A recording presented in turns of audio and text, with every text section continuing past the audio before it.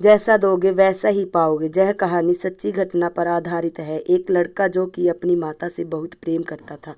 पिता फौजी से रिटायर होने के बाद घर में ही रहते थे और बेटे को पढ़ने के लिए दिल्ली भेज दिया। कुछ सालों बाद लड़के की पक्की नौकरी लग गई और वह दिल्ली में ही रहने लगा। माता पिता को बार बार फोर्स किया कि गांव छोड़कर वे दोनों उसी के साथ रहे, किंतु माता पिता नहीं माने।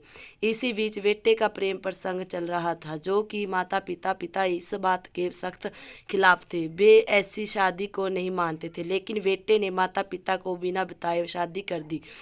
जब बेटा कई सालों बाद घर नहीं आया तो माता पिता वहीं पहुंच गए, लेकिन उनको क्या पता था कि वे अपना दुख हल्का करने नहीं बल्कि बढ़ाने जा रहे हैं। फिर भी माता पिता का पुत्र प्रेम जाग उठा और इसी रिश्ते से संतोष होना पड़ा। लेकिन बहू का बर्ताव सही नहीं था। वह दूसरे दिन ही उन्हें ताना मारने लगी, कहने लगी अनपढ़, गंवार, जाहिल आदि कई शब्दों से पुकारने लगे।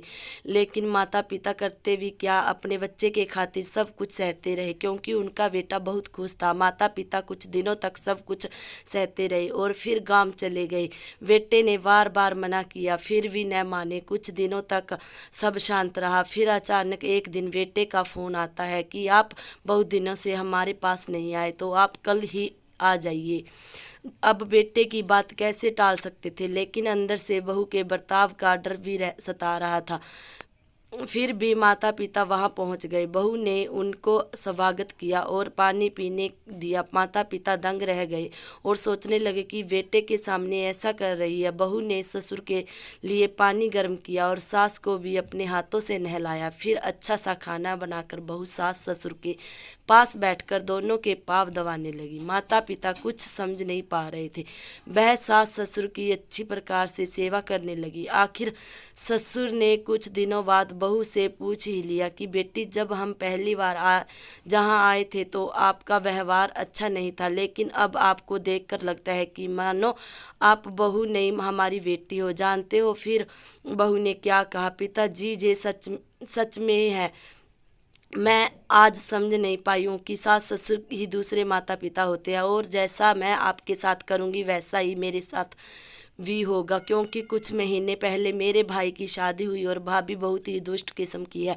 माता पिता को हर बार गाली गलौज करती है। इसीलिए मैंने सोचा कि अगर मैं आपके साथ अच्छा व्यवहार करूंगी तो शायद उसका आशीर्वाद के स्वरूप मेरी भाभी का भी स्वभाव बदल जाए और वह भी मेरे माता पिता को प्रेम करे। बहू की बातें सुनकर दोनों माता पिता ने उनसे बाहों में भर लिया और कहा कि अब आपके माता पिता के साथ भी जरूर अच्छा होगा। दोस्तों, सही कहा था गया है कि हम रिश्तों को जिस नज़र से और कायदे से देखते हैं, हमारे साथ वही घटित होता है। रिश्तों को आप जितनी मजबूती दोगे, उतनी ही रिश्तों की अहमता बढ़ती जाएगी। अब आप सभी भी रिश्तों की गहराई को समझे, रिश्तों की भावनाओं को समझे, तभी आपका जीवन सफल हो जाएगा।